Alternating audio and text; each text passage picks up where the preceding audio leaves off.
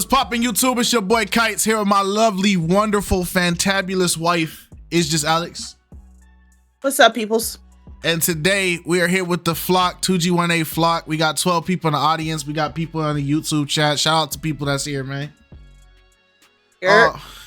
Well, you guys already know Flock Talk is the talk where you get to flock with the flock and talk with the talk and talk with the flock at the same time. You feel me? And you guys get to talk about various topics that the community picks, and we get to have discussion where everybody has the chance to come up, share their thoughts and ideas and opinions without any restraint except for profanity, because we do not support profanity and we do not support blasphemy. But other than that, it's just good vibes, man. So I hope everybody's been having a wonderful week. Me and my wife were gone on vacation last week. That is the reason why we did not have Flock Talk last week. I know some people were looking forward to it. I'm sorry.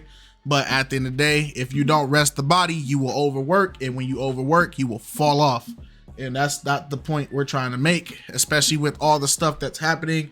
The Pop the Balloon drama that's happened over the last month. All the current situation, scandals, lawsuit things that are going on all over the internet right now. All the natural disasters and wars and stuff like that. At the end of the day, your peace and protecting your peace is more important than anything that's got going on right now. And as long as you put God first, you should be okay. So without further ado, I'm going to throw it into my lovely wife's hands so she can start off the first topic for the day. So what is the first topic, my love? First topic is... If everybody can see it, if you're a parent, then you need to stop what you're doing and listen to this child speak. Okay, let's hear what this child has to say. If there's audio. This is for you. Be your best friend. And what does it look like? Talking about. I mean, we want to hear what you say. Somebody's over here. Smiley coming up. So in my house, with my mom, it was always everything was up for discussion. Everything was up for discussion because my mama, she a real understanding person. So it was literally a conversation I had growing up with me. I'm a real knowledgeable person. I like to know a lot of stuff. So the way I would come across and say things, she'll be like, I know you not coming from a standpoint of you trying to be disrespectful to people, but some people don't understand you how I understand you, so you might have to correct yourself. So I literally had a conversation with my mom. I was like, okay, I'm finna tell you stuff and stop me when I get disrespectful. I express my feelings, but that don't happen with everybody. And so when I was standing up here and you guys were like, don't belittle your children, but the whole statement of you're not on my level sounds like belittlement to us. It's saying you don't have as much value as me. You're not as important to me. You don't put up what I put up, so you can't have a say so in what we do. You don't pay bills. You don't own this house. You don't pay for nothing. So and it sounds good. And it. Go ahead. And when you bring up the stuff that you do for your children, it makes us feel like a burden. It makes us feel like I can't wait till I grow up so I don't have to be a burden to you anymore. If you say it's like when people be like your parents had a life before you, it make you feel like I made you so miserable and bitter and like I just don't want to be here anymore because you don't want me to be here anymore. So why should I be here and put my best foot forward if the person who gave birth to me and made me come in this life doesn't want me? How am I supposed to look at somebody else for love if I feel like I'm not getting love at home? What do you do when you want to have somebody to talk to, but they like you can't talk to them? You go to somebody else to talk to, and that's not who you want us to talk to. How am I supposed to come and talk to you, and you don't listen to me, but somebody else may listen to me, but they not gonna treat me how you want me to be treated? You love me, but you don't show it. But they don't love me, but they act like they love me. So I'm going to go to the person that acts like they love me and not the person who... I'm going to go to the person who acts like they love me. Because when you grow up like this and you grow up with people who emotionally stunt your growth, you go looking for other people and you insecure. You go looking for other people for sex, for people who going to tell you, oh, you're pretty. That's why the first person to tell you you're pretty, I'm glad my mama never, they say your parent and your family is your first bully, point out every insecurity you have, and then you want your kids to feel beautiful and smart and go to school with people who telling them the same thing you tell them. That's not going to work. You can't You can't want to be your children's love and shelter, but you're not that. That's materialistic things. If God was only materialistic to you, you will feel hurt. You need to have your spirit be healed. You need to have your spirit be fed. It's okay to have clothes and shoes and all this stuff, but what about my spirit? What about my emotions? What about my mental state? You can't be, you look pretty on the outside. You got me nice shoes. You got me nice things, but I'm struggling on the inside. Some people want to commit suicide, but they look good on the outside. Y'all focus on the outside so much that you don't take the time. You say you listen to your children, but 9 times out of 10, you're not really listening because we don't feel safe. You say you create a safe space, but that's 9 times 10 is not true. Because even though my parents never hit me or they never threatened to hit me, they words hurt even worse. When you telling me, you never say you disappointed in me, but your body language show it all. You look at me like I'm just like you can't believe how you raised this. Some people say it to their kids, I can't believe I raised somebody like this. Well, if you raised me so beautifully that you shared you is, how come I ended up like this? It's a lot of things that go into having a kid, and some people end up resenting their kids when they have them too young or they have them with the wrong person. Some people just realize that sometimes it's too late to recognize the trauma, because when you get older and I don't have to spend time with you, how often do you see me? When I don't have to live with you no more, how often do you see me? When I have some people get jobs, some people hang out with friends' house because they don't want to go home, and you refuse to recognize that you yourself have caused your child's trauma, whether you want to admit it or not. And that's the issue.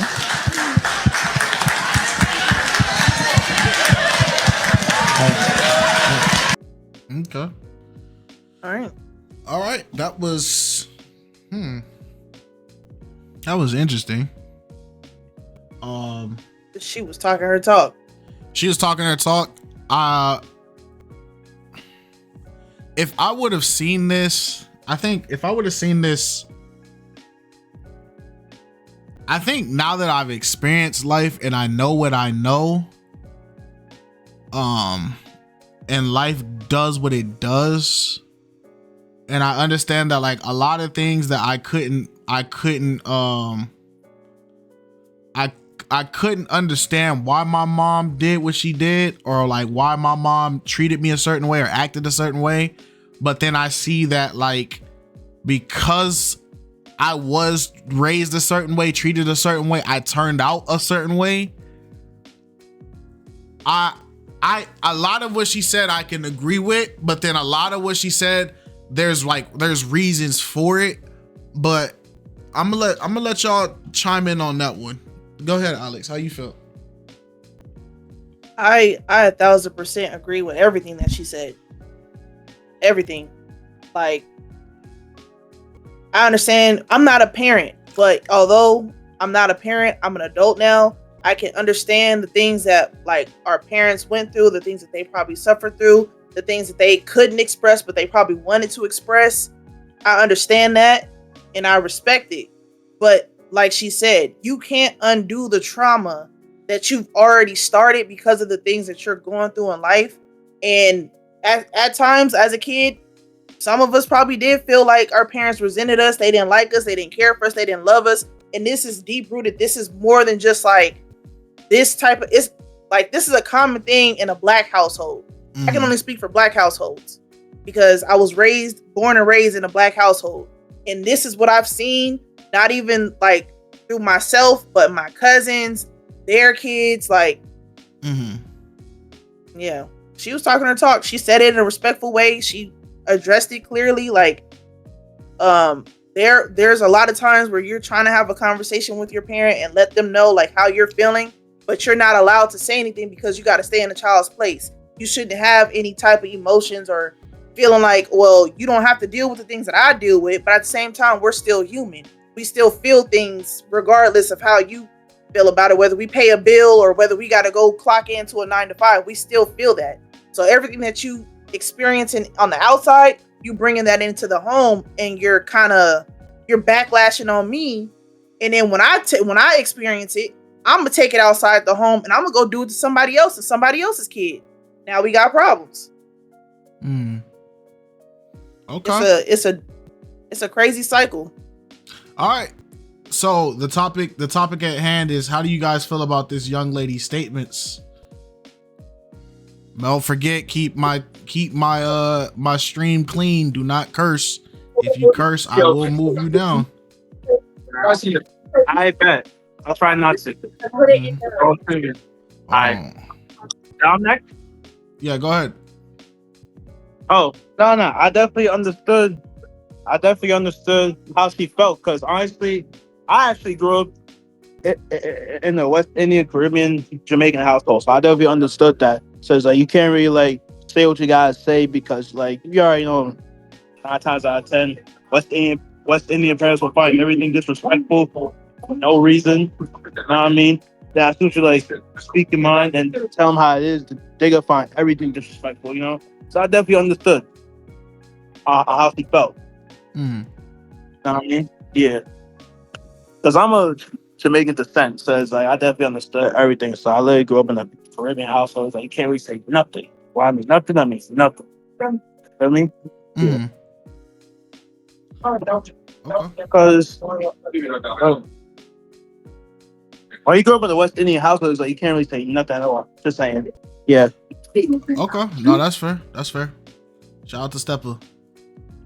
Somebody, let me read some of the YouTube chat, and then we'll have Squaw. YouTube chat said, that kind of mindset she's talking about, I've seen so prevalent in the Black community, and something like that creates resentment between the parents and the kids. Armed Swordsman said she has some good points, but there's a lot that she included that is incorrect and problematic. Leah Renee said, I always tried to explain to my children's father that it doesn't matter what's going on the inside. He used to say, I care too much about our kids' emotions. In the Black community, it's often said children are to be seen but not heard. Very dysfunctional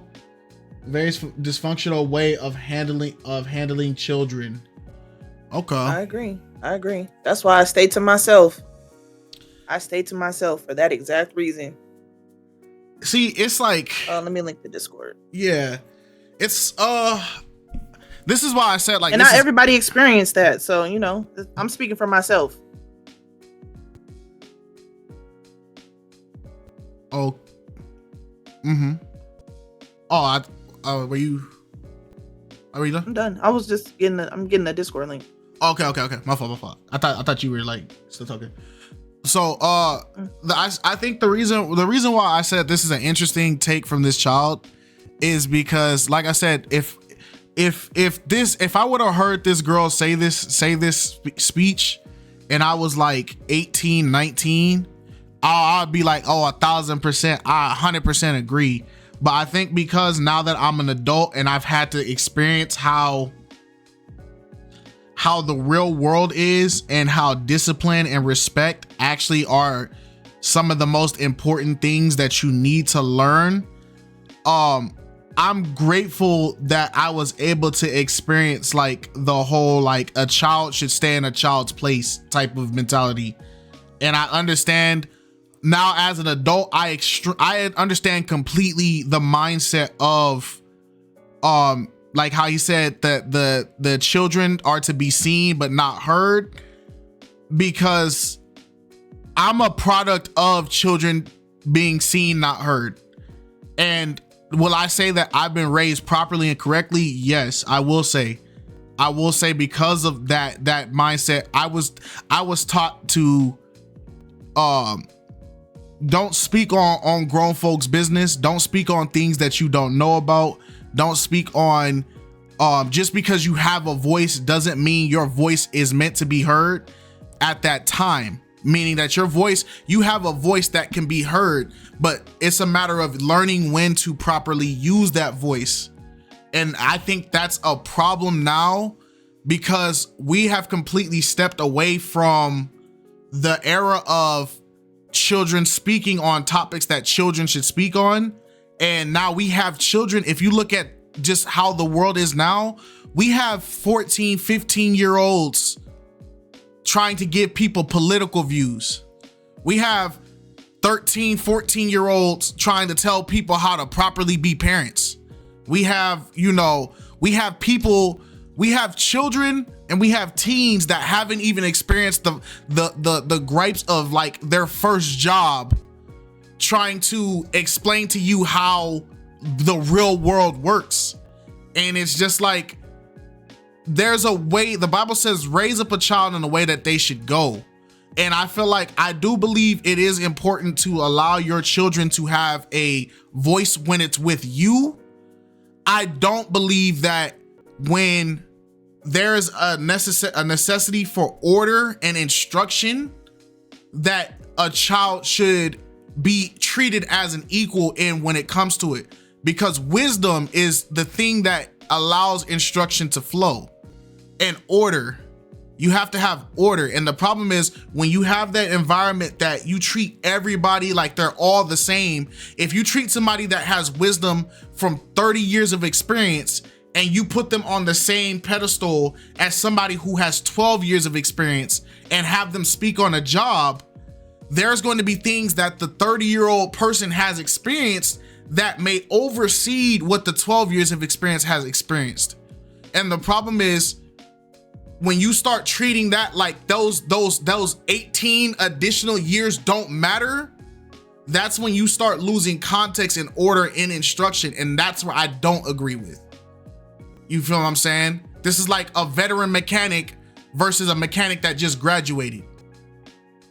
You get what I'm saying? A guy who served in the military for 30 years explaining me about like war tactics versus a kid who just enlisted 6 months ago.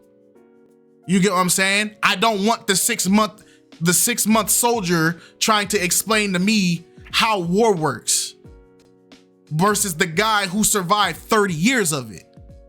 But like I said, I'm gonna let people like talk they talk on it.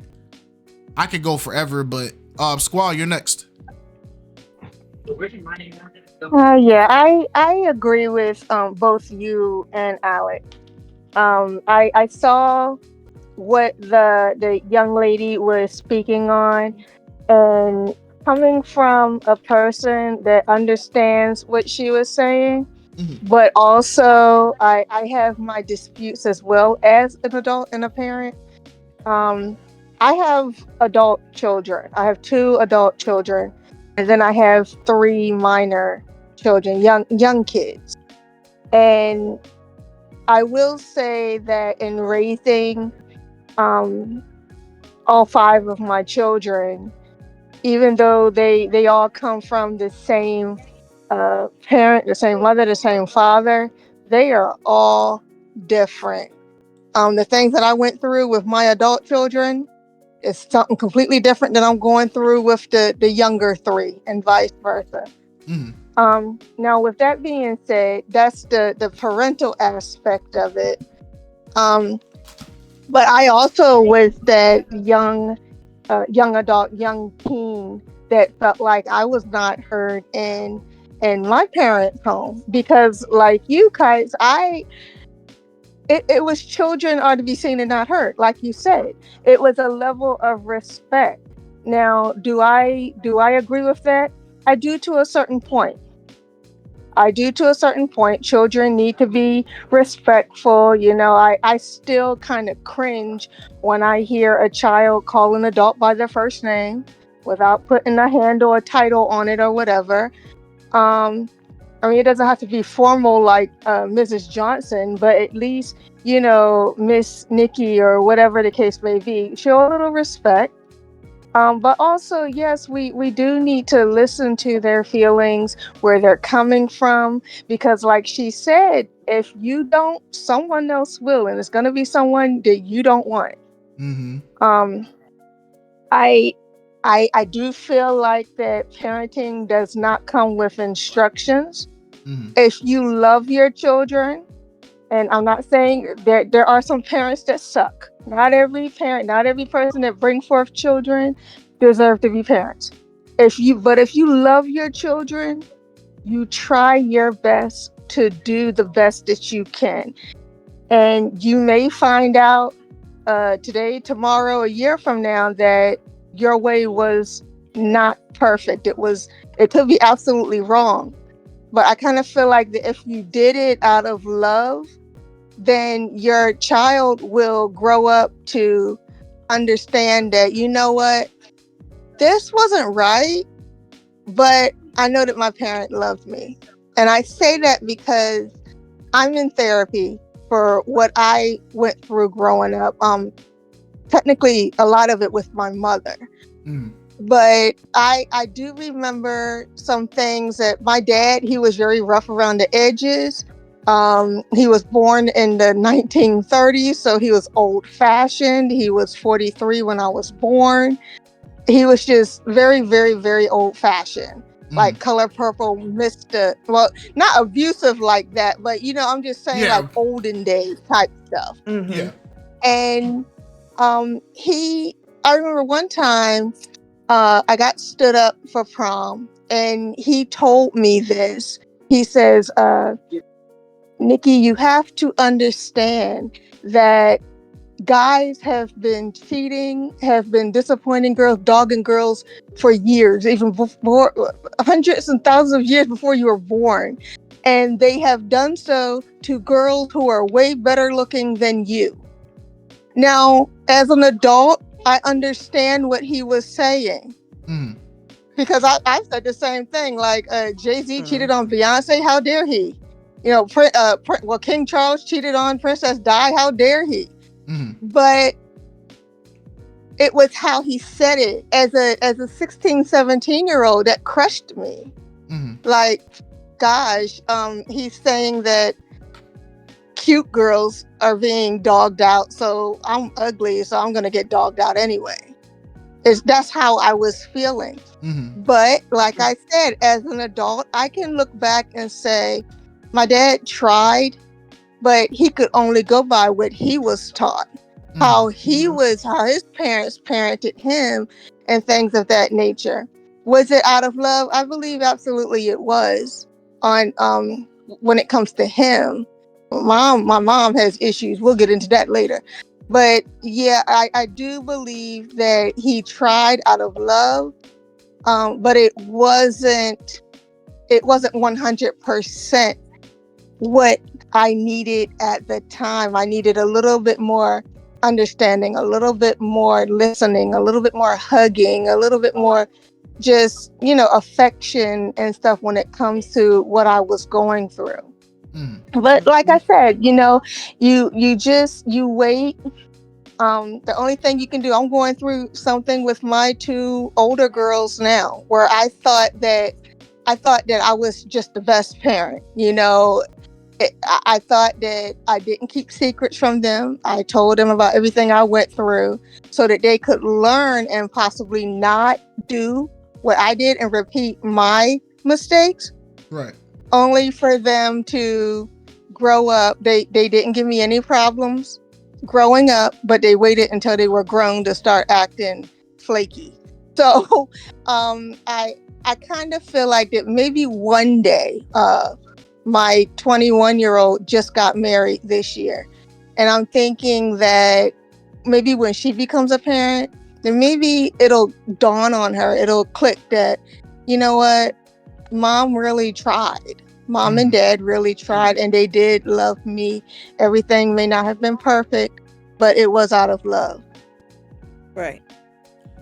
Shout out to Squall. And that's the thing, just out of love. It's not going to be perfect. If children aren't going to be perfect, parents aren't going to be perfect. But as long as we know that nothing was done maliciously. That part. I agree with that 100%. Okay. Thank you, guys. Shout out to Squall. Thank you, Squall. Who was second? Was it? I think it was Miles. Miles or Monet. Miles, go ahead, man. All right. Well, thank you, Squaw, for that great example of this whole topic. We appreciate it. All right. You know, I actually grew up the opposite. I had a voice, as you can tell by the way I speak now. Like I had a voice. I think the whole kids should be seen and not heard. I think I lived that life until the age of like 7. Yeah, 'cause I grew up with a single mom, so she was like, "Well, my son got a deep voice. He's gonna be boisterous. Like I can't have him. I can't have him quiet. Like he needs to have a say. Sit here with me. You got something to say. Say excuse me. Still speak your talk your talk. But and then on the flip side, what ended up happening, what I noticed was in the black community when they seen me speaking like this, and they seen me boisterous, and they seen me like amongst the adults, the black parents used to be like, Mary, you let your son be like that? You let him be like that? And they used to have a fit. But in hindsight, it actually was a good thing because like most of those kids who were on the other black parent side, jail, prison, dead, drugs. I mean, they've done everything wrong in life. So I guess there's good ways of looking at it too. Yeah. Is there a slight discipline there? Of course, there's always a discipline there, but definitely I had a voice because truth be told, if you don't have a voice, especially amongst your parents, it can go left as far as I done heard of stories of women being molested by their own family that they can't speak about it because they don't have a voice. You know what I mean? And the next thing you know, they got bipolar later on. I'm talking about the real bipolar where you got a straitjacket. You know what I'm saying? Like the real bipolar. Right. You got to take all the meds in the world. You know what I'm saying? Like the real disorder. And and it comes with that. It comes with not having a voice when you were young, not being able to speak to somebody, not being able to talk your talk, as you like to say. So, I guess I think Squaw said it best. All parents aren't the best. You just definitely have to just kind of learn as you go. I do think that the parents got to break the cycle. I think in our community we got to definitely break the cycle because some of the stuff that we're taught from our old generation doesn't necessarily mean you got to bring it to the new generation. You know what I mean? And it's like my mom was the one who kind of understood oh yeah, break that cycle quick because if you don't, it's just bringing the same nonsense from the 40s, 50s, 60s to now, and nothing changes in the community. So it's like you got to break the cycle eventually. So maybe there's something to giving having the kids have a voice today because there's so much going on with social media that they need a voice. They do need to speak out and speak up. I mean, and you never know who you're giving that voice to. It might be a future person who is a president, or a future, leader or future commander in an army that you're giving a young kid a voice to. So, you never know who the voice is, So that I have brothers and sisters who they grew up with my dad and their mom, and they both were really loud. My siblings are not loud at all. They don't even speak up. They don't have a voice, and they're 25, 26, and they don't have a voice today. And me, I'm very boisterous, and they're like, man, so boisterous. Like they can't get me to be quiet. I talk my talk since I was a baby. That's why I started doing stand-up comedy at 10 because I was talking my talk. Like I wasn't afraid. So that's my piece. I think it's okay to give a kid a voice, just as long as you have it with some some rules and regulations, and then slowly give them more speaking power as time goes on. Okay. I agree with you, Miles. I can see, the thing is, that's why I said I can agree to some extent of what the girl was saying about the importance of the child having a voice, and that's why it's as a product of I would say in my raising, my mom taught me to me and my sisters were always able to if we had concerns or we had a problem, we had something, my mom was always open to hearing about it. But my mom was also the type of person that I'm gonna listen to your problem, but if I see an obvious issue on what's causing your problem, I'm going to let you know bluntly, yo, this is why you're having this issue. But my mom always allowed us when it was just us, say we're on a car ride back from somewhere and we wanted to voice our opinions, my mom would let us voice our opinions. That was fine. It was when we were in public and we were around other adults or we were around people and we had to be a reflection of her discipline, her training. It was while you're in that public space, while you're in the front of other people, you're going to show people a Christ-like mentality. You're going to show people order. You're going to show people structure, and you're going to show people that you grew up with a good parent. You didn't grow up like everybody else wilding out. And so in private, say what you need to say. In public, you say only what you need to say. You get what I'm saying? But, yeah. Can I so someone in the comments just asked about what's exactly in a child. Yeah, L Dragon. Can I answer that real quick then? Because I've heard that too, and I want to break that down. I don't think anybody's gonna say what I'm gonna say based off this real quick. Yeah, go ahead. That child place thing, I just want to let you know, when they say a child's place, what they're trying to tell you is basically, in the black household, a lot of times black kids, well, kids in general, are very boisterous. Like, the truth come out in the child, right? And a lot of times the parents use that child's place because they got some problems in their life, and the kid will bring it out, and it's like an insecurity basically. You know, it's kind of like I remember one time I told my dad, he got mad at me, he wanted to hit me, and I was like, I think you just hit me because you didn't get your check today. And he didn't like that, and I was like, it's true. And I told him, like, don't take your frustrations out on me because you mad at your boss. And I was like 8 years old when I said that, and it was the truth. But he didn't like that. He's like, you know what, Mary, you calling that boy? He needs to stay in the child's place. And she was like, no, you just mad because he's spitting facts. And she didn't say facts back then. She's like, he's telling the truth. Because he did have a problem with his boss at the time, and I just called it out at an 8-year-old. And that's where he said, oh, you need to be in the child's place, but it was the truth. So that's why they say child's place. They're really just using that as an excuse to not deal with the truth that's going on in their life. And the kid might actually bring it up. So they just try to, like, pretty much shut you up and say, you need to stay in the child's place. That's a hot take towards that. No, I. What do you think? What do you think a child's place is? What's your interpretation of a child's place?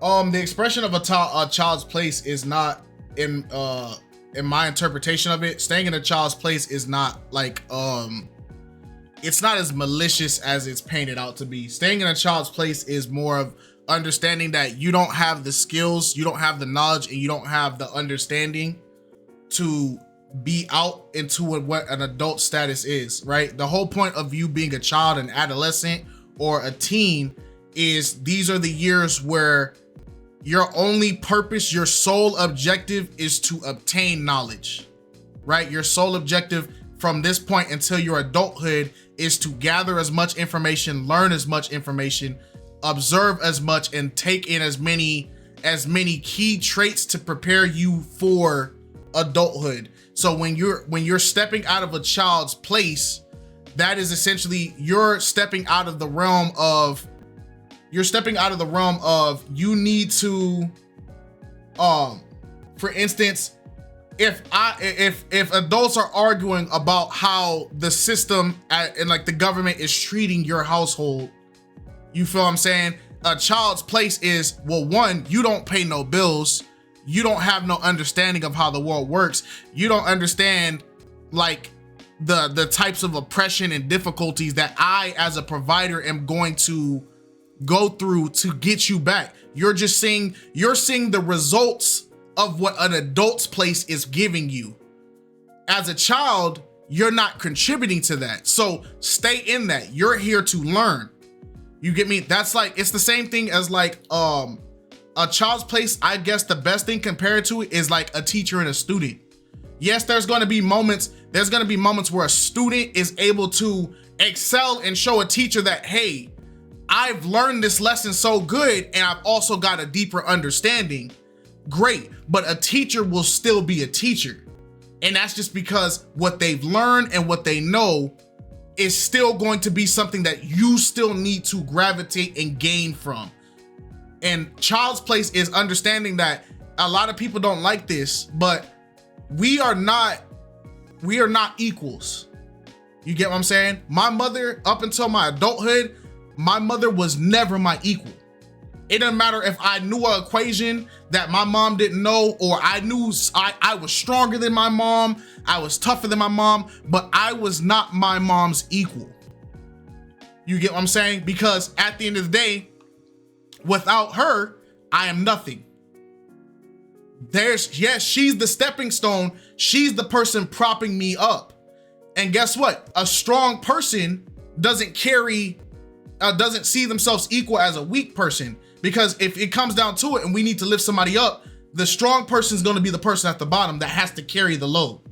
And it's unrealistic when people try to put a child as an equal with an adult, but you haven't went through any of the things to gain that credibility behind what you say. That naivety, it's naive. But so essentially a child's place is stay in this realm of learning. It's not your time to speak yet. Using that teacher and student analogy, a student is going to ask a question, and I hear people use that phrase when they have a question. But that's the thing. That's the job of a student to ask that question, because the teacher is there to answer it. But if you're a student and you already feel like you're above your teacher, will you ask your teacher questions? Will it be questions that you give so that you can understand your teacher? Or will it be questions that you start to ask because you feel like your teacher doesn't know it? And at that point, if you already know everything and you're at a point where you can look down on your teacher, then there's no point in you having a teacher. Now it's not up to the teacher to teach you these lessons because you already see yourself as an equal or above. You don't see them as something that you need to learn from. So instead, you're going to get into this mindset, well, I know more than my teacher knows, so there's no point in me being in this class. But it's the expression, everybody knows how to fight when you train. Everybody knows how to train and has a game plan for a fight until you get hit. The teacher's been hit before. You haven't been hit yet. It's that type of mindset. But I can go on and on, but I don't want people to be up here. I know Universal was waiting. I'm sorry, Universal. My fault, man. Monet, then Smiley. Monet, go ahead. Hello. Hello. So from what she's talking about, she's obviously speaking about this with a level of experience of growing up in a household where your voice isn't heard, or you feel like your parent hates you or something of that nature. I've been through that myself, and I completely understand where she's coming from. I think it gets to a point of, yes, children should have voices, but if I as a parent if my voice when I was a child didn't get heard, how can I expect to allow my children to have that same opportunity? It's like what I want to give to my child. I can say countless times, oh, I don't want my child to grow up how I did. Oh, I don't want my child to experience this. I don't want my child to grow up resenting me or barely talk to me because I did X, Y, and Z. But if you don't identify what happened in your childhood, you're going to continue that cycle. And that's why I'm a firm believer that therapy is something that everybody should go to. I'm not necessarily saying you have to be in it for the rest of your life, but to understand the breakdown of what you went through as a child and somebody else hearing that perspective so that way you don't carry on that cycle is very beneficial. Because what I wanted from my mom, I realized that she couldn't give me because she didn't experience it herself. And I grew resentment towards her, and I was upset because it's like, why can't you hear me? I'm obviously talking. I'm obviously doing this. I'm doing all this to get your attention, but it seems like everything I'm saying or everything that I'm doing is just falling under deaf ears. It's like, do I not have a voice? Can you not hear me? But I realized, like, as I became further on in my adulthood, that what she experienced with her mother, it hurt her. And as much as she can, claim that, she moved on from it, it no longer affects her, it affected how she parented. And I just think that like sometimes like it doesn't make it right when our loved ones hurt us because of the trauma that they have experienced. It doesn't make it right. But I think as you progress on into maturity and into adulthood, and you take a step back and look at your parent as a person and not your parent, you'll realize that they probably wanted to hear your voice. They probably were like, you know what, maybe my child didn't get what they wanted, or maybe my child felt like I didn't hear them. But I think it gets to a point of when you take that step back and you look, you'll realize, yeah, my parents not perfect, but at least I got it from somebody else who was there to care for me, or somebody else who was able to fill the spot that my parents could. So I just think that some things like that, it hurts when you go through them, but it hurts less when you mature. Okay. All right, Smiley. How do you feel about the topic? Hey, I'm glad I'm going last because I really want to try to think about what I'm finna say. So I was talking to this chick for like a couple months, right? And we was talking, and like I was telling like how her relationship is with her parents, and she was like, "Oh, me and my parents, we do everything together. We even smoke together." And I'm like, "Whoa, what?" And then Mm-hmm. I heard her, she was cussing around her parents. I'm like, this is, if I was to do that, and for like I'm like, man, I'm so glad my people was like strictly parent and and kid relationship. You know what I'm saying? Mm. We like didn't know nothing about my relationship life as they shouldn't. You got your friends for that. It's the reason why they put titles on names. You get what I'm saying? Like Mm. that's your friend, that's your mom, that's your father. Because it's certain relationships you supposed to have with these people.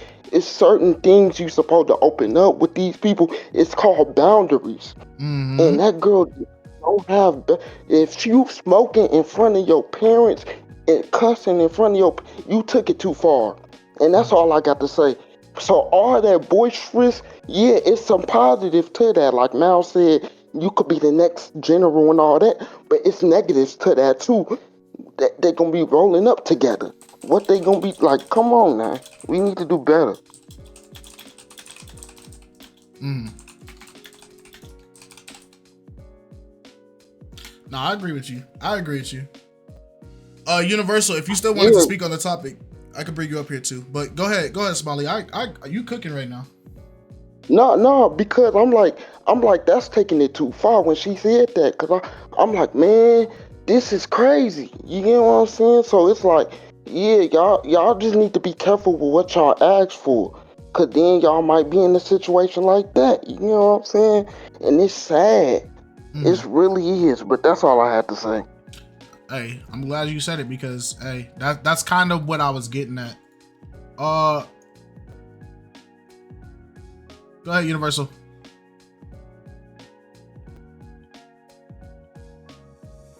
Oh, is his microphone not working?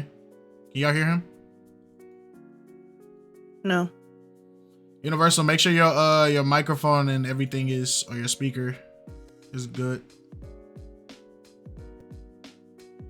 Should I bring him down and bring him back up? Hold on, Universal, I'm gonna bring you down and then bring you back up.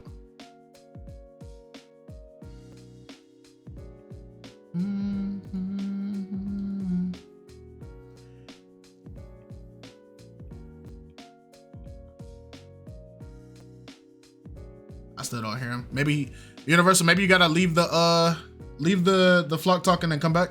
Maybe that will work. Hold on, I'm gonna disconnect him. But yeah, I feel like it's one of those things. It's a I think it's one of those things. It's a you know the expression "too much of a good thing."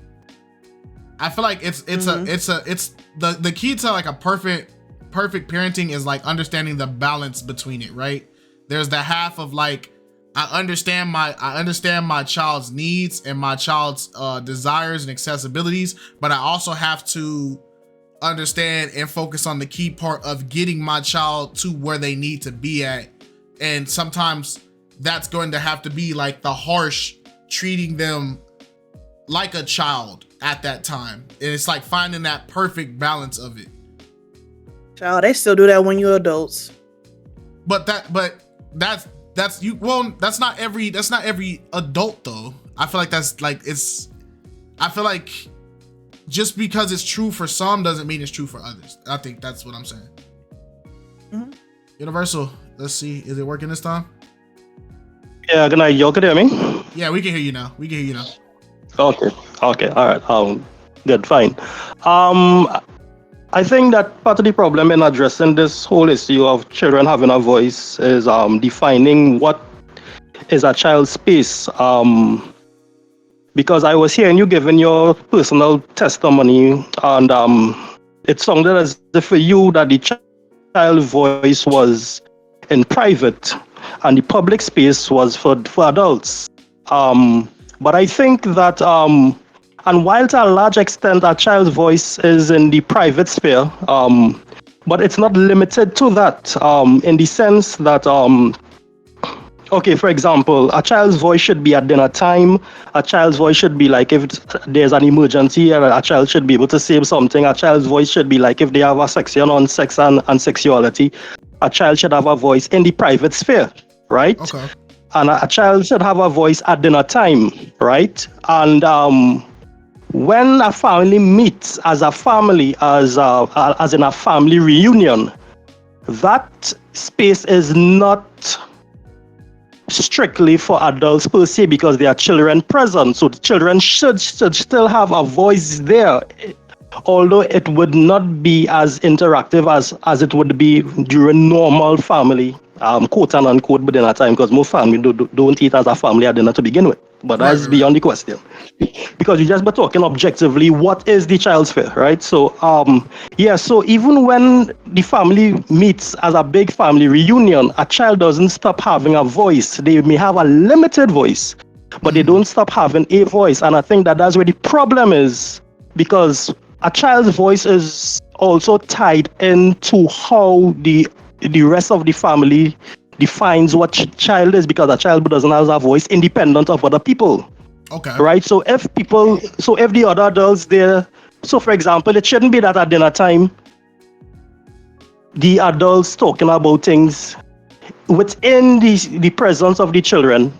Okay. That is big people talk, because they are also disrespecting the children as well. So that space is, so my point is that the public sphere isn't adults only.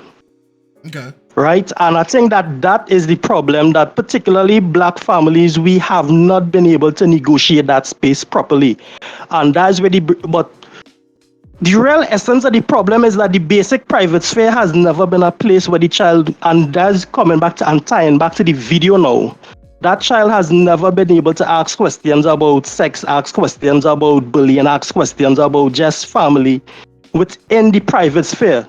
So when they come, so when they reach in the public sphere now, it's like, well, I never had a voice there, so could I have a voice here now? So that girl doesn't even, because the family is just dysfunctional, everything becomes dysfunctional as well, right? But just to summarize everything, a child's voice or a child's place is not the private sphere only. That is my main point. Okay. Yeah. Okay. No, you know what? I like that. I like that. I think that was what I was trying to say when I was addressing Alex, of like, it's like finding the balance of like finding a balance of like when it's time to let your child essentially like spread their wings a little bit, and then when it's time to like, hey, fold your wings up. Like, you get what I'm saying? Like, the sun's out, go ahead, fly all you want. Hey, there's a storm coming, it's not a good time to fly. You get what I'm saying? It's like, it's finding that balance, like you said, because during the family reunion, the child should be able to still have the conversation and be a part of conversations. And that is a good flip side, because as adults, we have to understand that we can't create a space where a child does not have a place to reside every time. You get what I'm saying? Especially but family reunions is a perfect example, because that is a lot of the times where I feel like as black people, that is a lot of times the children get the most G checks, because the children are coming from each group. Each group has their kids. And that's a lot of all the animosity and all the things that these kids are soaking up from their parents ends up coming out at that reunion.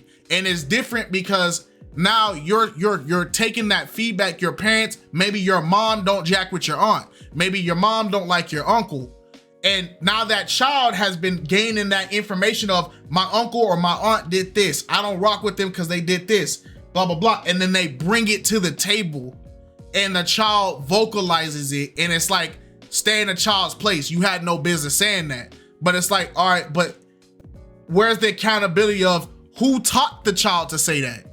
You get what I'm saying? So Universe, I'm actually glad you pointed that out, because that is kind of like why I'm torn in this subject.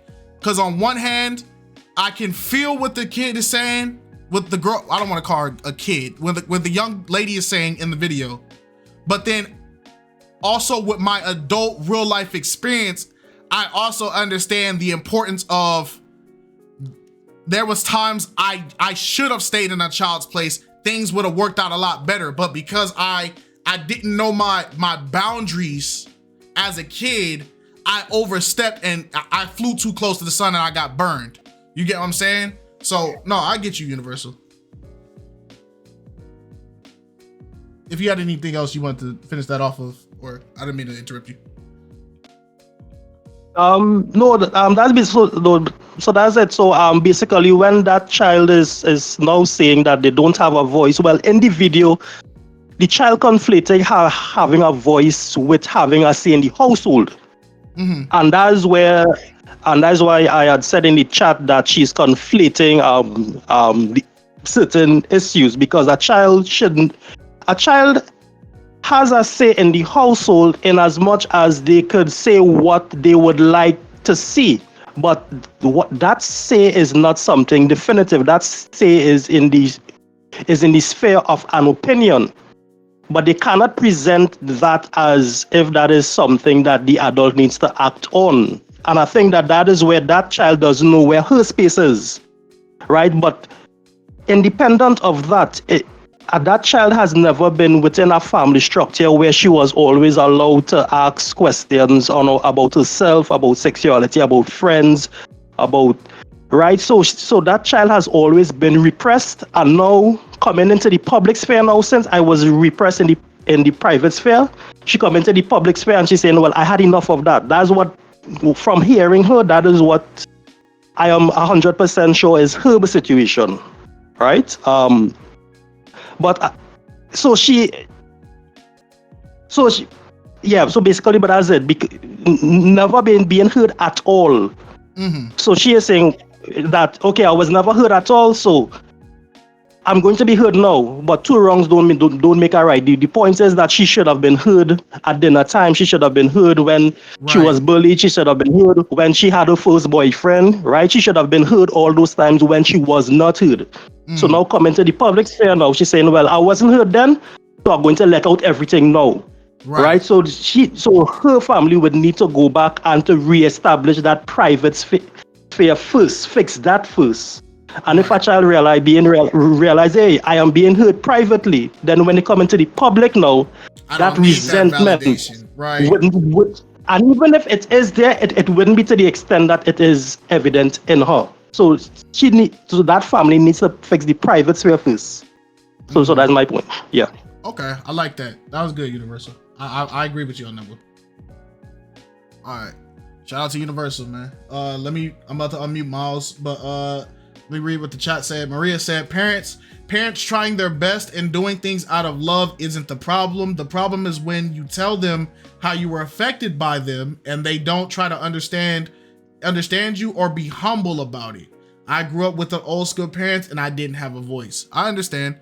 And I think that's why I can understand it, because Alex was pointing out too, even now, it's like, as an adult, there's gonna be instances where people still don't have a voice as an adult. So I can get that. I'm not talking about having a say in the household when you're coming to your parents and expressing yourself. I'm talking about the mentality that a lot of parents have, where when a child comes to express themselves about something, even if it's in a respectful manner, it still gets dismissed. It still gets brushed under the rug. It still gets the cold shoulder. Then it's like you create the saying, or you create the system of stay in a child's place. You created the place for me, but all the while you're belittling the space, you're disrespecting the space. A lot of parents, when I was coming up, a lot of parents felt like kids didn't deserve any type of human being respect. You're a child. What do you need respect for? So then, still human. So can I ask you then, do you believe that respect is something that you earn, or is it something that you're like everybody's entitled to it? Like, or well, entitled is crazy because I don't like how entitled is used now, but I think you get what I'm trying to ask. Like, do you feel like respect is something that you earn it, or is it something that is just naturally given? I feel like respect is something that should be naturally given until you do something to lose it. So if I'm coming to you and you're a random person on the street and I respectfully come up to you, say, hey, good morning, how you doing? Versus, oh, you're stupid, you're ugly, you're this, you're that. That's disrespectful. Right. Now I just lost respect from you because I disrespected you. But if I'm coming to you respectful as a human being first, not because you're my parent, not because you're this, that, and the other. I'm coming to you as a human being, person to person. We bleed the same, we feel the same, all that. I'm coming to you to express how I'm feeling. But because I'm at a low, because you view my status of as a child that isn't deserving of respect because I don't understand or know what respect is, it's not to be given to me. Okay. That's what I don't like. Okay. We're still human, is what I'm saying. Just like how they're still human, we have to learn things about our parents and they have to learn things about us. Everything is a learning curve. But when you're initially dealing with adults in general, adults don't respect children to some extent when it comes to certain things like that. That's my opinion about it. Okay. No. Okay. I get. I have something for that, but I kind of like, I don't know. I'm like, my brain's racking it, but I also don't want to ignore the YouTube comments. Yeah, go ahead. Crystal said, comes down to open communication with parent and child and having boundaries. Mark Zion said, that caller is hitting the nail on the head. Is probably referring to Universal, what he was just saying. Crystal said, respect is taught and given first. Respect needs to go both ways. I agree with Alex. That's so true. Okay. So Miles, I'm gonna let you go ahead and say what you need to say, and then I guess we'll go into this respect topic because I feel like respect is a serious topic. Miles, whatever you have to say, go ahead, man. Well, I just hope that you guys first, thank you guys for speaking on this topic. I hope all my brothers and sisters, are boisterous now, and you didn't let that past ruin how you guys are in the future. So I hope that it definitely got fixed, through life and all that stuff for you guys. Cause I ain't trying to lie, man. I mean, I was spoiled. I had a big mouth. I ain't gonna lie to you. I was everything. I was an agent, bodyguard, teacher. Like my mom gave me the world. She was like, man, he the boss. He's like, I was the boss of like 7, like right in front. I think one time I told one dude that you can't do business with my mom because you ain't got no business cards. And he was like, who is this little like, straight up, because I gave him business cards because my mom was a realtor. And I was like, where your business cards at? And he's like, I don't have any. Oh, you can't do business with us. Yeah, you gotta get your business cards together. And yeah, he was very mad about that because he was like, kids shouldn't be, speaking to adults like that. But I want to touch on, because I was able to speak like that, shout out to Smiley and shout out to the original king, my brother in Christ, Chris, who gets on my nerves most of the time, but the original king, they both touched on something that's kind of interesting about what I'm speaking on.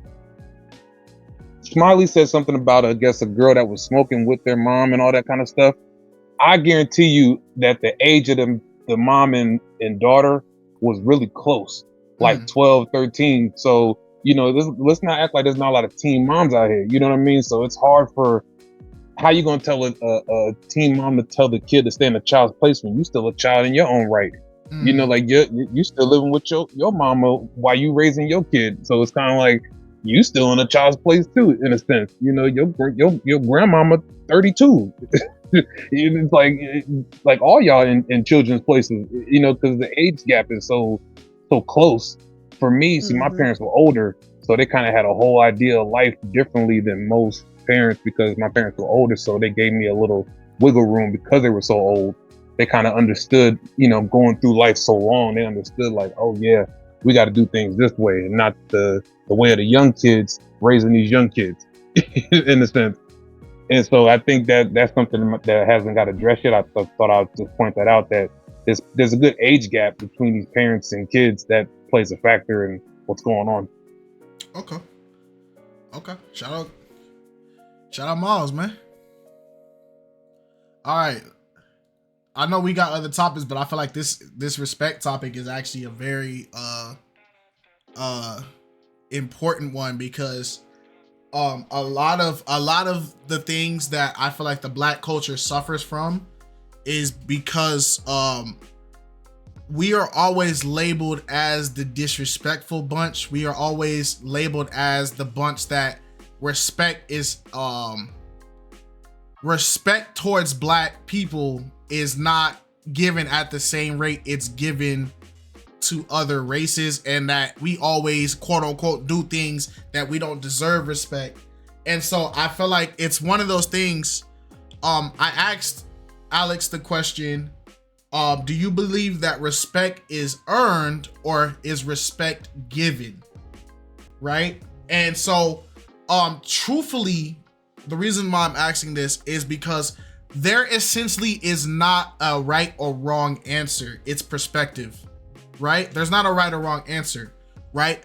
I, from the male role models in my life and being raised as a Black male, as a Black man, I was taught that nobody owes you any respect at all. You're not, the belief and the expectation that when you walk in a room that people are going to respect you is a myth. There is no initial respect. There is no, I walk in a room and people think of me as a gentleman, as a sir. It's none of that. The respect is earned even without you even speaking. The respect is earned about how you present yourself on that first impression, or what you do after that first impression, right? Because even growing up, I walk in a room and it was a sir, oh, I expect this, oh, you must be an upstanding gentleman. It was not. It was, oh, he probably from the hood, he probably thug, he's probably that, blah, blah, blah. But the thing that respect earning process began was when that first impression started. The first thing that came out of my mouth, the first thing that I did is what set the tone of the amount of respect I was going to receive from people. And it's I feel like for some people it's not gonna hit, but as a Black man and growing up in Cali, which is everything's diverse, one thing that I can say is other cultures, to the people that be like, oh, well, everybody's gonna give respect or everybody should be given respect. I can say this from my own personal experience. No culture respects you. No culture respects the Black man. They can say it, a lot of people can glorify and act like it is, but my reality in my life that I've experienced, no culture has initially given me respect at all.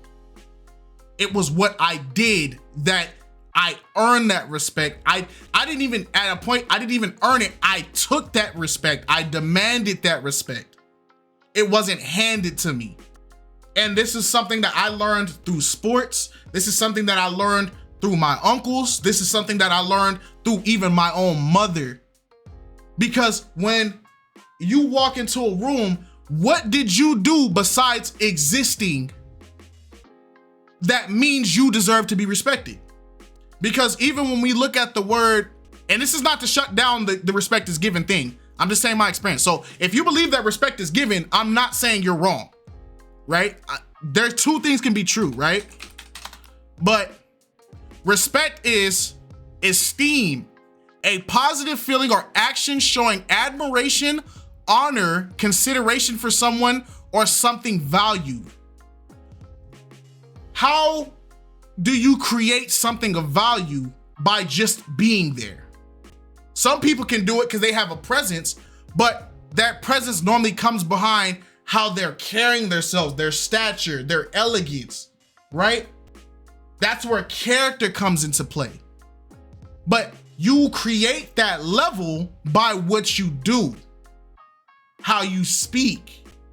Nobody, if you walk in and never say anything in a room, what have you done that somebody should look at you and be like, that's such and such, I respect that person. If you just walk in the room and you don't say nothing, you stand there, there's people that are gonna respect. I respect the fact that this person came in my presence and didn't start being loud and rambunctious. I can respect that. You did something. But that's based off of what they're perceiving it. Am I making sense?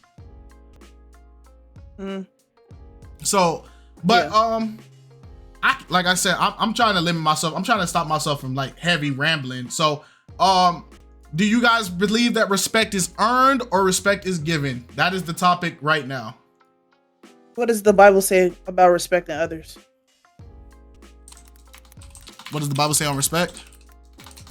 Yeah, respecting others. Let's see. I'm not finna pay for no ads. There we go. Dang, they hit me with every ad possible. So Matthew 7:12, but keep in mind, this is just a verse. This is not full context. So take this as you will. So in everything, do to others what you would have them do to you. For this sums up the law and the prophets, right? So, okay. Be devoted to one another in love. Honor one another above yourselves. Exactly. Do nothing out of selfish ambition or vain conceit. Rather, in humility, value others above yourself. In everything, set them an example by doing what is good in your teaching. Show integrity and seriousness. Show proper respect to everyone. Love the family of believers. Fear God and honor the emperor. Oh, the emperor is crazy. Oh, that's Peter. Never mind. That emperor caught me off guard, but I said the emperor. Even as I try to please everyone in every way, for I am not seeking my own good, but for the good of many, so that they may be saved, right? So, but like I said, these are all verses, so the context that could be spoken about, there's always going to be things attached to it, so people don't take verses for like direct value. But yeah, you got to get the full context. Right. So off of surface level, if I was just going off the verses, it's telling you that everybody is respect, right? Like to respect everyone, right? So it's like giving that proper respect of, if you walk in a room, I can show you respect by you just greeting you. Greeting somebody is a form of respect, right? But I feel like when we speak about respect, I feel like there's two points to respect. You get what I'm saying? There's that respect of acknowledgement, but then there's that respect of status that you give to a person. Am I making sense? And I feel like, so the acknowledgement, yes. If you see somebody say something, greet them, acknowledge them, that's fine. But when I'm speaking about respect, I'm speaking about the status or the things that come with it. For instance, a point somebody pointed out was parents don't respect children. What have children done that a parent should respect them? And I know that sounds crazy, but what in a child's life does a parent have to start honoring and reverencing their child? Is it off of just the child being alive? Or is it after their child starts following the discipline and following instruction that parents begin acknowledging? You get what I'm saying? Because right now, if a 3-year-old walk in my room, hey, little guy, I don't see that child as something that I'm honoring. If anything, I'm seeing that child as something that can't protect itself. So I'm looking at it as, this child's in my presence. It's my duty to watch over this child, but I'm not sitting there going, oh, this child is so great, I'm gonna put this child on a pedestal. You get what I'm saying? But nobody's saying that, but yeah. It's there should be a certain level of decency afforded though, okay? Even though some people don't show respect, you still do your part, okay? All humans deserve respect. I agree. All humans do deserve respect, but like I said, it just depends on the aspect of respect we're talking about. It took me 25 years to learn what KiteZz is saying. Nobody invests in empty potential in any aspect of life. Squaw, go ahead.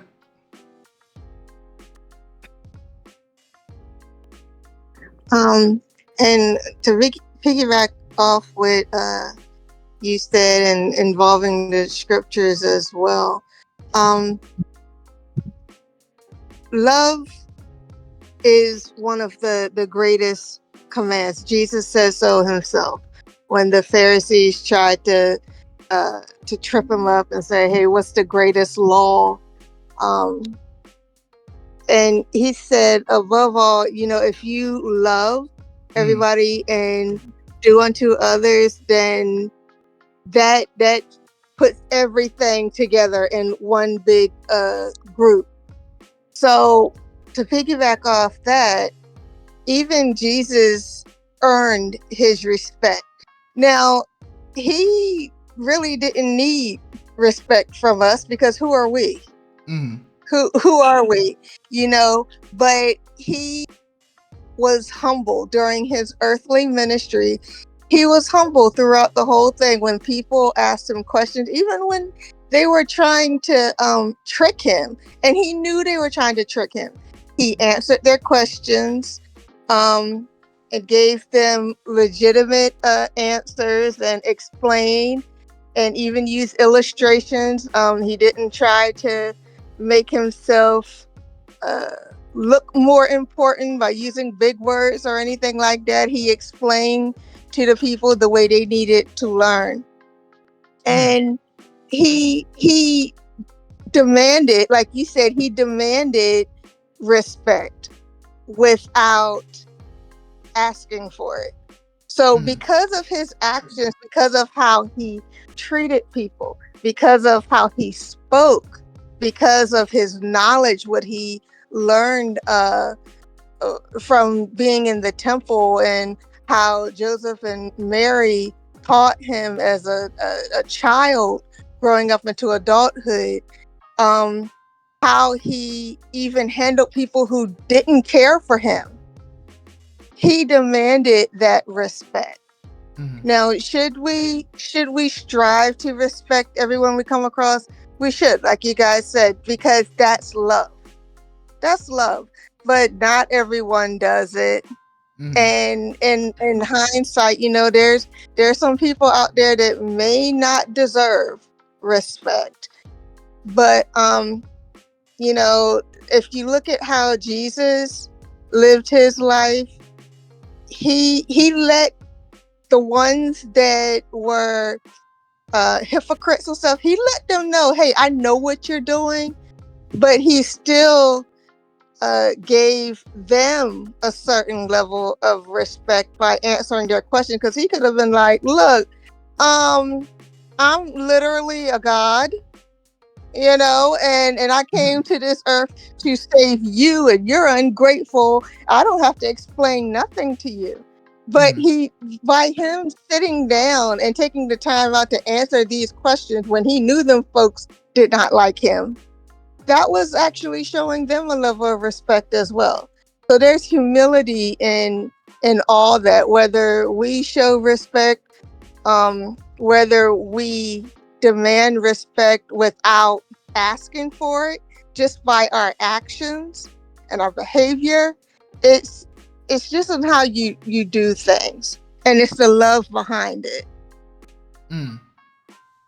I hope I explained that the best way. I think you kind did. of I think you did. right now, so I'm a little bit. I'm higher than Snoop right now. Oh, so Lord. y'all excuse. She tired. I'm on medication. I had another surgery this week, so I'm just all on medication. Oh, But I hope it went well. hopefully it did. It did. It's hopefully it made sense, because it did in my mind. No, it made sense, Squaw. Alrighty, thank you again. No problem. Let's Shout out read to Squaw, man. Yeah, shout out to her. She be fighting through it. Ivy said, also when you demonstrate respect to children, you teach them the way that they should go, right? All life has value, even just being born. It's not about deserve, it's about love. Okay. Human decency and respect is a thin line, but it's different. I think that's more of the take I'm taking with it as well. I feel like human decency is its own thing, like such as like just being a good person. Well, nobody's good, but being a decent person is a fine line for then being respectful to people. You get what I'm saying? But he also said, New Rhino also said, so we have human decency to say hello and acknowledge somebody in the room, but the respect value doesn't have to correlate. Like my coach may give me basic human decency, but if I'm not of a value to the team, then there is no real respect there. Okay. You should certainly respect children, but teaching them their place is also respecting them. Okay. Okay. So I'm surprised that I would think that more people would have more to say on this, because respect is something that because I bet if I brought up a subject of like, what do y'all define as disrespect? Everybody can define what disrespect is, but it seems like when it comes down to what exactly respect is and how is it either earned or given. Smiley. So can I put it in this format too? Can I do like a little twist on it? Okay, go ahead. So even in a relationship, they'll say like, yeah, you like, if a person cheat on me, they don't respect me, but they love me or something like that. Like it's like at the end of the day, you could love something but not have respect for it, if that makes sense. You know what I'm saying? Or and if that makes sense, do you understand what I'm trying to say? Like, no, you're making sense. Right.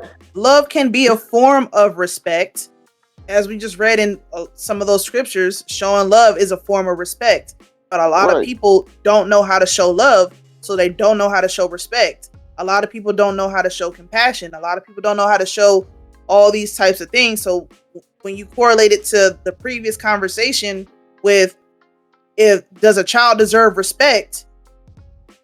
If you're not showing love, you're not showing respect. Right. So and a lot of parents don't show love. They show it in different ways, but as a child, you can't identify that as love. You identify it as hate, resentment, belittlement, anything else negative but love. Yeah, because I said this too. I'm like, if you disrespect me, you don't love me, period. Or if you like, it's just like the same thing.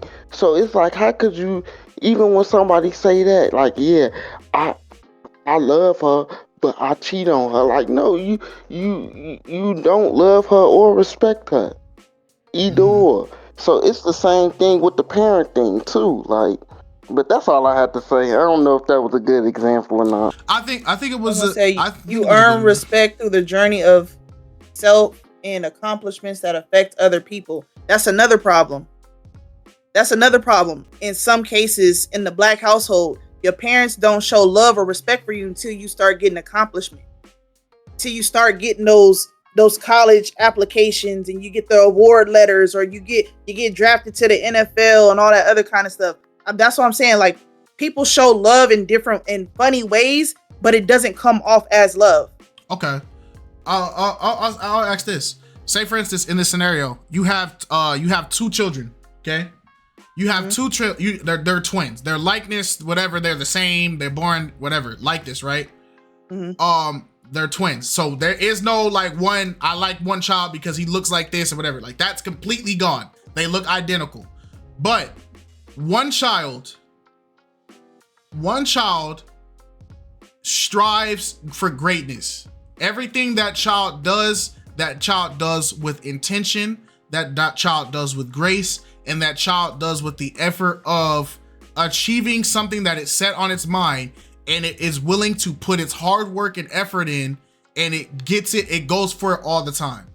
But then you have another child that has no motivation, it has no desire for motivation, it has no desire to achieve, it has no desire to, and this willingly has no desire to succeed or grow or develop. They have completely settled in with the fact that they're at this point in life. They don't care about opinions of other people. They don't care about where this goes. They're happy where they're at, and what you say, what you do means nothing to them. And you have both of these children in the room. Do you respect those children equally? Or is respect lost because of one child's actions?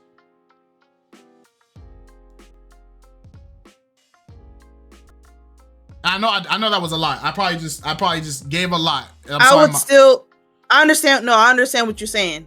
I would still respect them equally, but with the other child that is willingly doing things that is not putting them in the best of situations, there has to be more love and attentiveness and nurturing to be invested into that child versus the other child.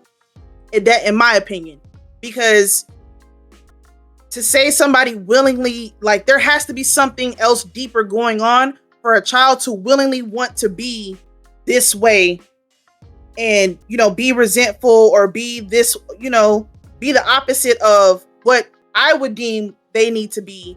But at the same time, like, some kids do that because they feel like the pressure of their parents is too much to bear. So they rather just do whatever the heck they want to do anyway, because they feel like they don't have a say. Our parents decide everything for ourselves until we're able to make our own conscious decisions. They're now out that state to make their own conscious decisions, and this is the result of it. So I would still respect them the same, but like I said, with the other child, you would have to put more time, nurturing, and attentiveness into to understand why they're acting this way or why they choose the route that they're choosing. Okay, but I feel what you're saying. But in this scenario that I'm presenting, and this is why I say it's such a deeper subject, right? In this scenario that I'm putting in there, both children have received the same level of upbringing. They've received the same level of compassion. They've received everything equal. These children, up until their point where it's time for them to go to their life paths, they have both received the same level of everything. If they wanted it, they were given it. If they needed to be taught it, they were taught it. So now that's why I'm saying, that's why I use twins, because it's like, I feel like people, I don't know if people do treat twins equal, but for the most part, you kind of have to treat twins equal because they're gonna feed off of each other, right? So that's why I'm saying it came to a point now where it is time for these children to take what they've reflected on or what they've learned and what they've experienced. And you have one child who says, I have soaked up what I need, I've learned what I need, and you know what? It's time for me to put it into play. And the other child has said, I have soaked up what I need, I've learned what I needed, but I kind of just don't want to do it. And they're willingly going, like, there was nothing wrong on your end, this is why this is a scenario. This is not a normal example. It's a scenario. But now as a person, as a parent, when you're looking at the route that each child is going, and you're looking at what they're doing off of the things that you've invested in them, are you looking at each child the same with the aspect of, hey, they're both doing it? Or is there a level of acknowledgement up to the fact that, like, I gave you everything to work with, one child is building, one child is willingly not building? Right, there's an acknowledgement. Of course, there's an acknowledgement. Obviously, I can't give you the same, I wouldn't say like respect, but I can't give you the same leadway, the same leniency, the same type of access that I'm giving your sibling, because now if I give it to you, you're gonna abuse it. It's not gonna do any good for you. So the route that you want to go down, I'm gonna let you go down that route still kind of out of respect for you, because that's what you want to do. And what I say is not gonna matter to you, but even if I force my hand into it, it's gonna make the situation worse. So a child like that, they have sometimes, like what they say, you gotta learn the hard way sometimes. Right. It's gonna be disappointing. It's gonna hurt. It's gonna suck. But I'm not gonna love that child any less. But I would have to loosen up the access and set some boundaries with that child, because that child's already not respecting the ones that we set place. Right. If that makes sense. And that's why I'm saying it gets into an aspect of, and that's what the whole point of me saying, like, respect is like, I treat respect as two different things, right? There's acknowledgement and there's general human decency, which I can agree with everybody in the chat. General human decency. But then respect, which comes with like honor, prestige, status, you know, stuff like recognition, that version of respect, that's where I'm like, there's a difference. You earn that one. You're not given that one. You get me? You're giving human decency. That's your you pass go, here's $200.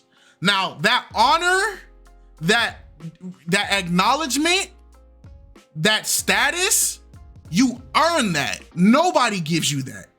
You see what I'm kind of getting at? So would you say that there's a status when it comes to being a child?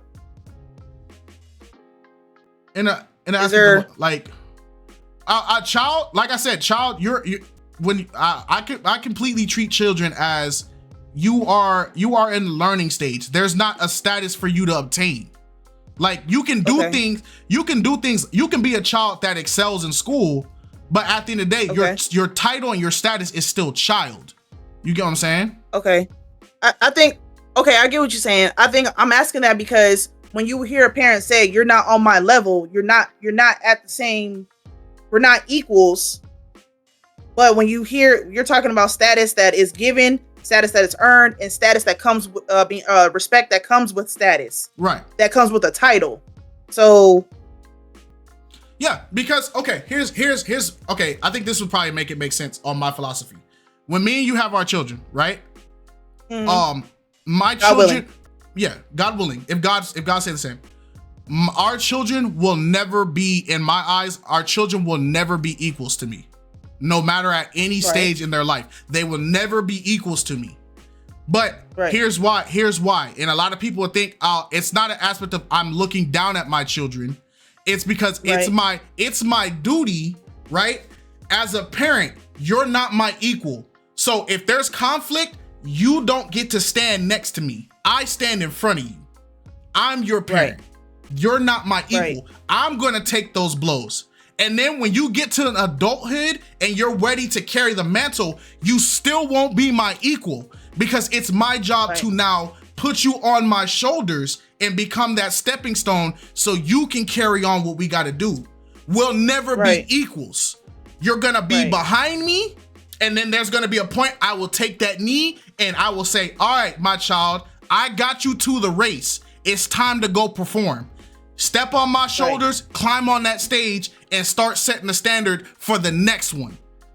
We'll never be equals, because if you get to a point where me and you are equal and there is no progression up and there's no progression down, I have failed you as a parent, because I didn't get you to the race. You get what I'm saying? Right. That's why my child will never be my equal. I'm there to drive you and then get you to the stage to perform. It's not your job to sit in the crowd next to me. You get what I'm saying? That's how I view it. No, that makes sense. All right. Yeah. No, that makes sense. W future father. So I think that's probably why when people are hearing, like, I don't believe in like, I give my child the acknowledgement and love, but I'm not giving my child honor and status. It's when you become when you. Oh, go ahead. No, I was gonna say when you break it down that way, that makes sense. But when you get the later end of the stick of what the opposite of that, it doesn't make sense either. Right. Somebody said, okay, let's get back to the YouTube comments. You're passing a throne. The whole purpose of having children and having legacy is to pass the throne. A king doesn't reign over a kingdom so that he can stay king forever. He's going to die. A great king builds up a successor. A terrible king is the reason why empires fail, because he doesn't build a successor. He dies and somebody just scrapes together what he left behind. A smart king goes that I could die at any moment. I need to set somebody up who I can trust, that when I go and I pass, you're gonna do what I need you to do 10 times better than I ever can. And that's why I say, parents, as a parent, I will never be equal with my child. I will be above you, and then when you get to that age where you're ready to stand on your 2 feet, I will be your stepping stone so that you can jump off and get to the level that I can't get to. I've eclipsed. I'm not gonna go higher. So now it's my job, get on my shoulders. You can go where I can't. You can achieve what I can't. So I'm here to get you to the show so you can perform, not so you can watch it with me. You get what I'm saying?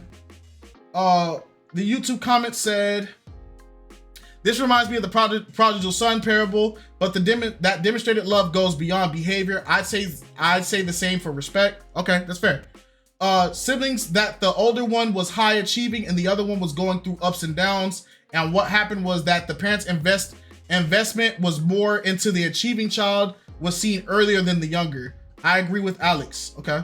But the respect was restored once the younger gaining responsibility through being put to the side and having to be independent.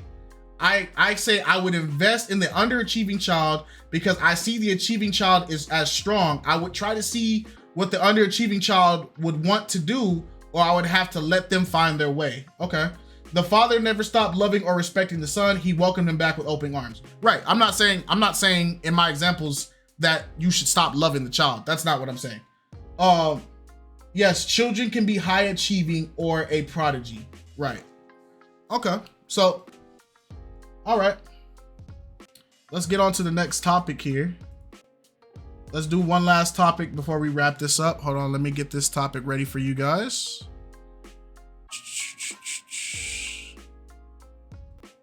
Flock topics.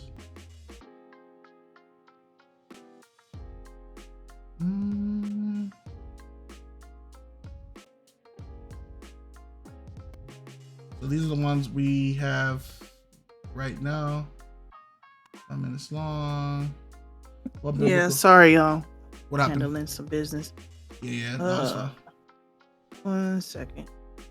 You can do any topic if you want. Cause what? This is our last one, or? Damn, why we got so many people getting shot topics? Dang. Yeah. Gosh, dang. Actually, you know what? Since we wrapping it up, do y'all want to do pop the balloon? Since we just wrapping this up, do y'all feel like doing pop the balloon? Oh wait, don't forget about Squaw.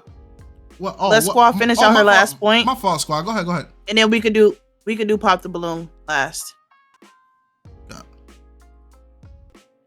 Hold on. Thank y'all. I'm sorry. No. Go ahead. I was talking. No, you're good.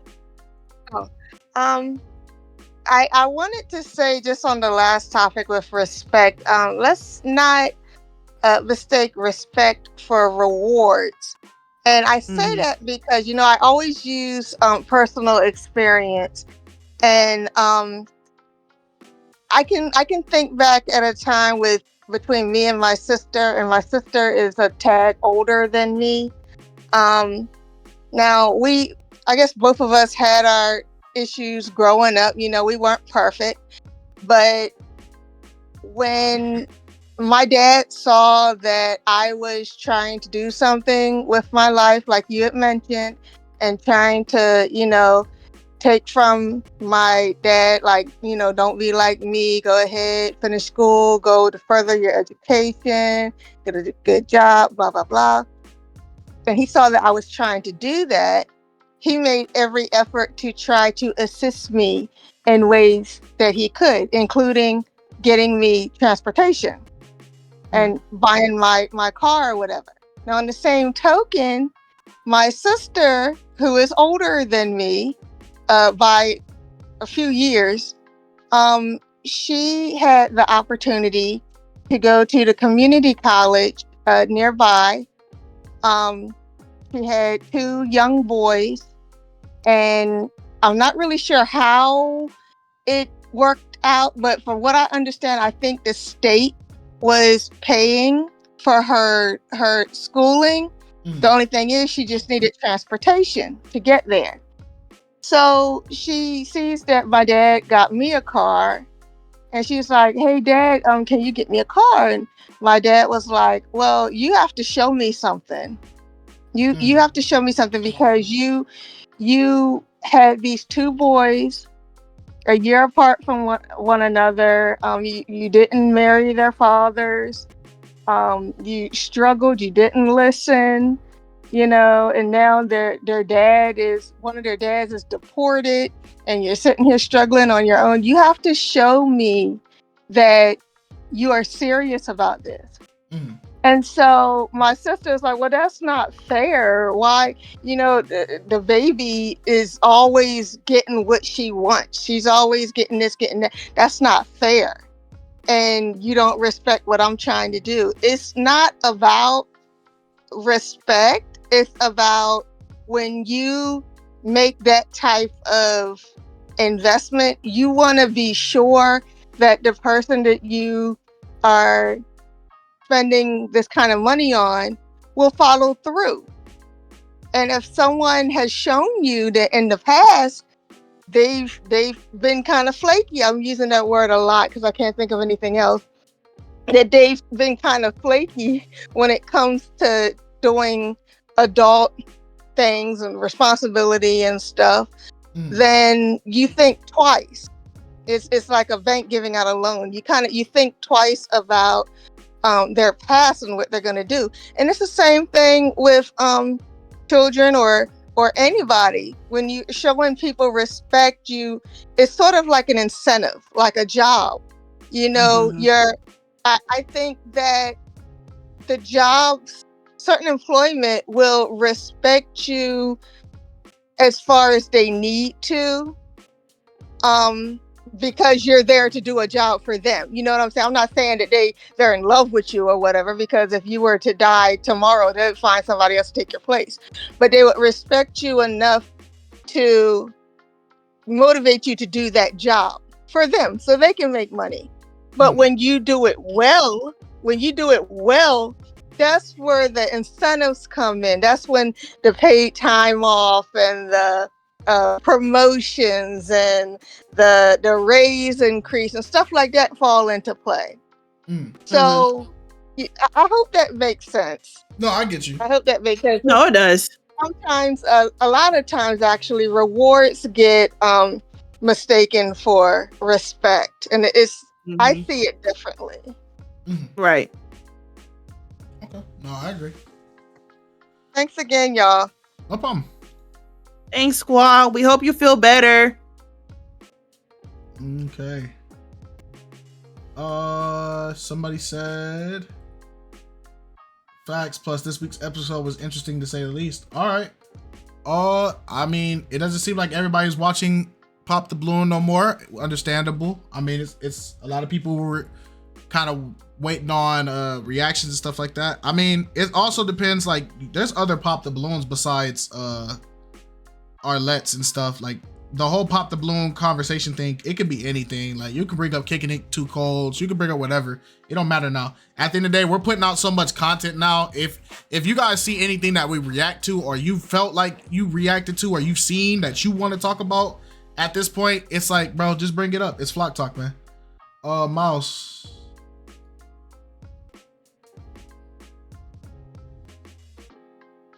Sir. Yo. Yes, sir. Well, I guess I might as well bring it up then, since we're open up for the discussion. My stock has been going up, recently. I'm very proud of that, actually. I'm very, for a while my stocks have been down. This is a fact. It has been down. I've taken some L's, but hey, like a phoenix, we rise. That's all that is. And I've been doing pretty good with pointing out a lot of things that's been going on in the world as far as this dating thing. And I had a question, kind of with the whole Pop the Balloon and in life too. It seems to me, first we established that a lot of women are not really getting into the guys with the suits. We've already established that. It's been kind of proven. But it seems to me, I don't know if y'all notice this or not, and maybe the women on here, Alex, I could definitely love your opinion on this. But what is the deal with women giving more leeway to a dummy versus a guy that's clearly intelligent?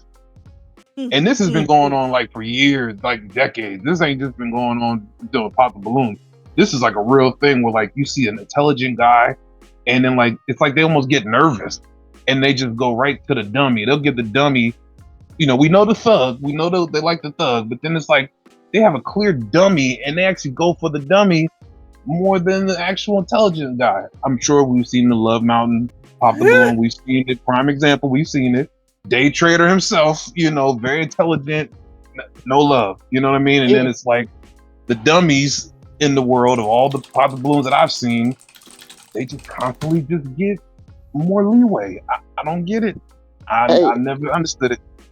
Hey, I can answer that question. I can answer it for you.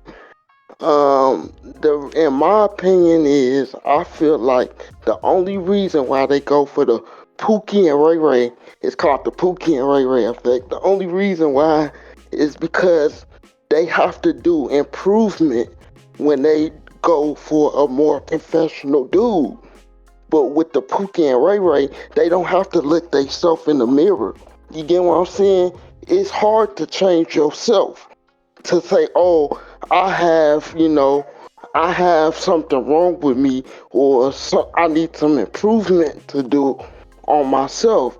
So it's easier to mess with a bum dude that's not on nothing, cause like he not trying to prove himself. But if she get with a lawyer or a plumber or somebody that's trying to elevate in life, he gonna be like, hey man, why you not doing this? Why you not checking off your goals? Why you not doing this? But Pookie and Ray Ray not gonna do that. He gonna be a homosexual and living off of her, and she gonna have more control, and that's the thing. Like, it's like, they have more of a son mother type of complex. It's a control mechanism.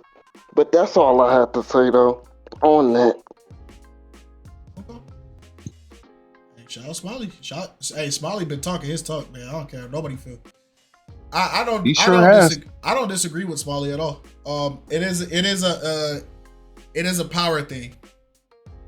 But yeah, Alex, if you had something to say, because he did ask you. I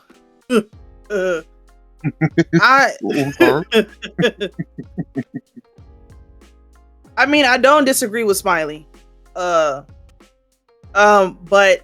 I just think it just depends on the intentionality behind the woman. It's like herself. Like, where is she at maturity wise when it comes to relationships? A lot of times, in my opinion, some women will choose the less intelligent man versus the intelligent man for numerous of reasons. One could be like what Smiley said.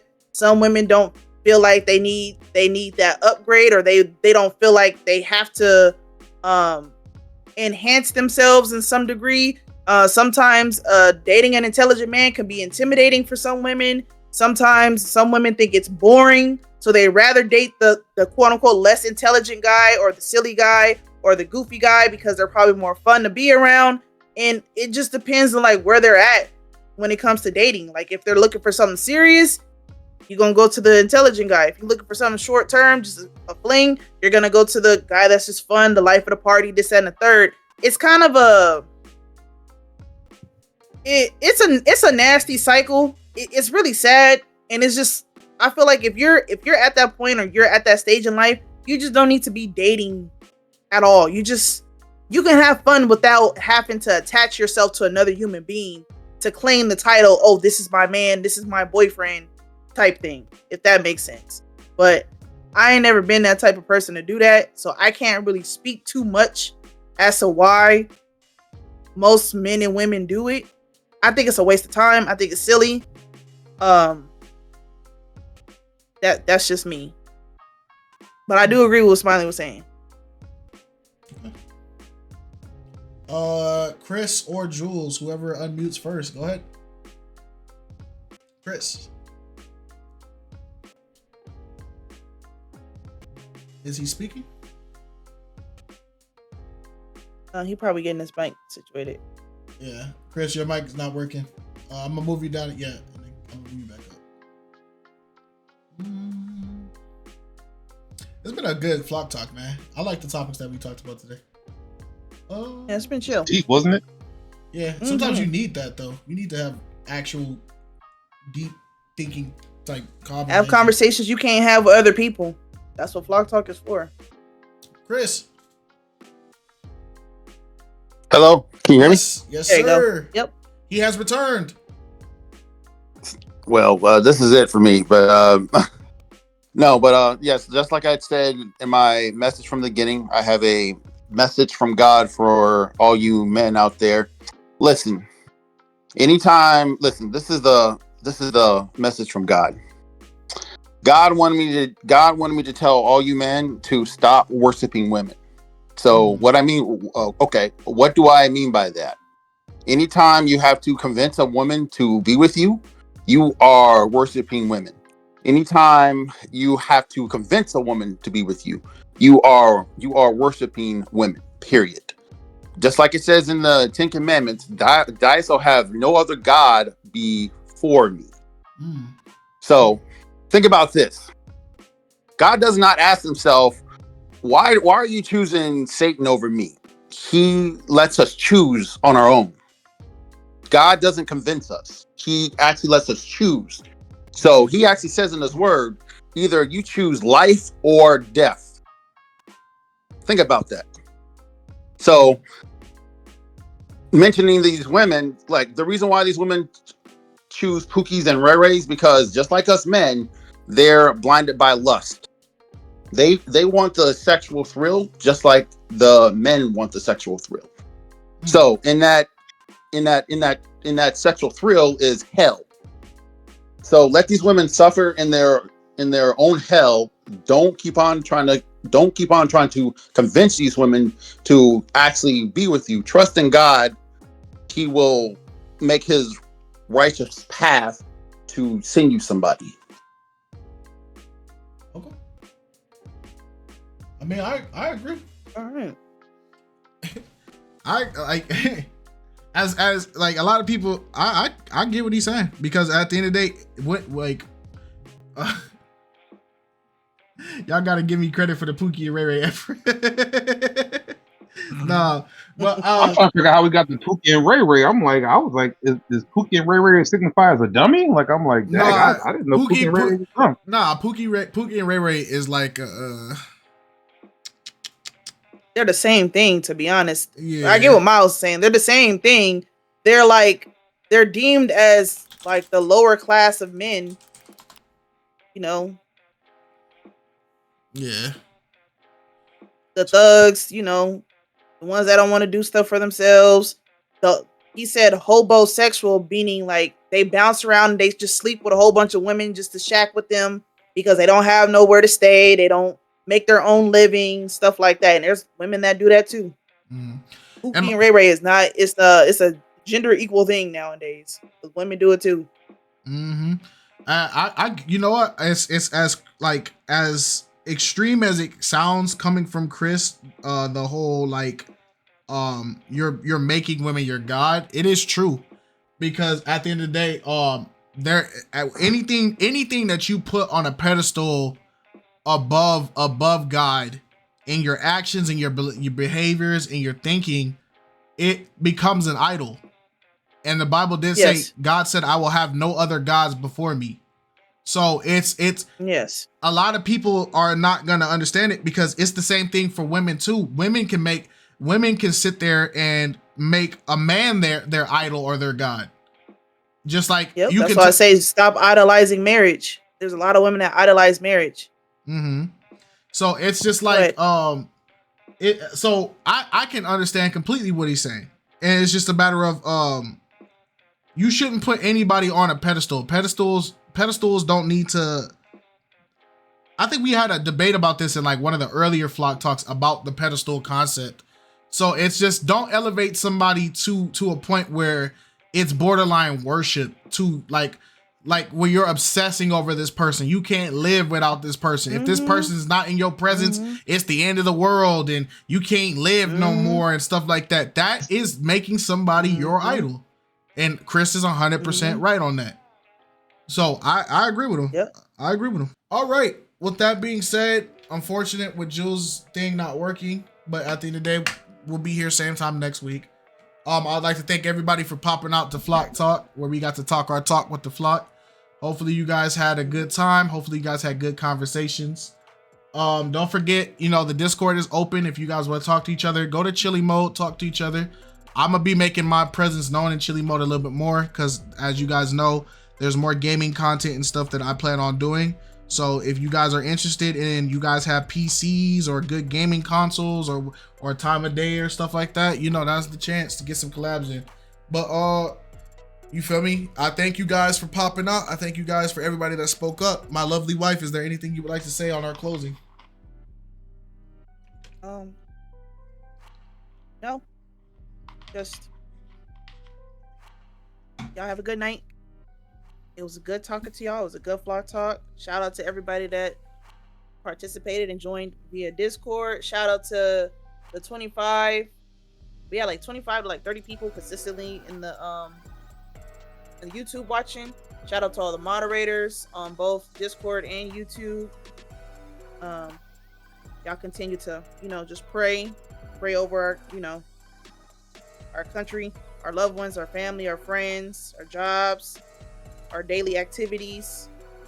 Everybody be healthy. Got to be conscious of what you're consuming and digesting on a daily, not even just food wise, but social media, the people you hang around, all that good stuff. All right. With that being said, shout out to everybody in here. You guys be safe. Y'all have a great day. Don't forget to like on your way out, and peace.